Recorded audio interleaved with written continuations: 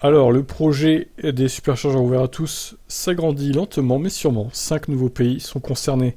C'est désormais le Danemark, la Finlande, l'Allemagne, le Luxembourg et la Suisse qui sont ouverts à tous. Enfin, en partie du coup. Désormais, les conducteurs de voitures électriques de 13 pays européens pourront accéder aux superchargeurs Tesla pour faire le plein d'électrons. Tesla semble donc vouloir accélérer le développement de ce programme. Contrairement à ce qui avait été annoncé au début, le constructeur voulait que l'ouverture des superchargeurs se fasse progressivement et lentement.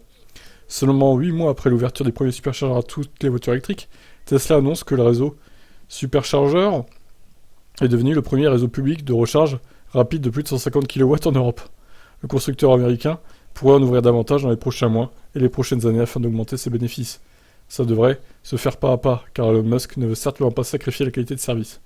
Tesla se heurte également à quelques pépins, comme en Amérique du Nord où les voitures utilisent différentes prises électriques qui ne sont pas compatibles les unes avec les autres. Aux USA par exemple, Tesla utilise une prise différente de la prise combo ou CCS. Pour remédier à ce problème, Musk a déclaré vouloir ajouter des connecteurs de type CCS aux nouveaux superchargeurs afin qu'une plus grande partie des voitures électriques puissent s'y brancher. Bref, voilà, donc si vous voulez partir en vacances avec votre non Tesla, eh bien sachez que ces pays ouvrent leur réseau, enfin Tesla ouvre son réseau en partie du moins aux autres voitures électriques du coup. Maintenant, il faut voir lesquelles, parce qu'évidemment, c'est pas tous les superchargeurs qui seront ouverts à tous. À étudier, évidemment.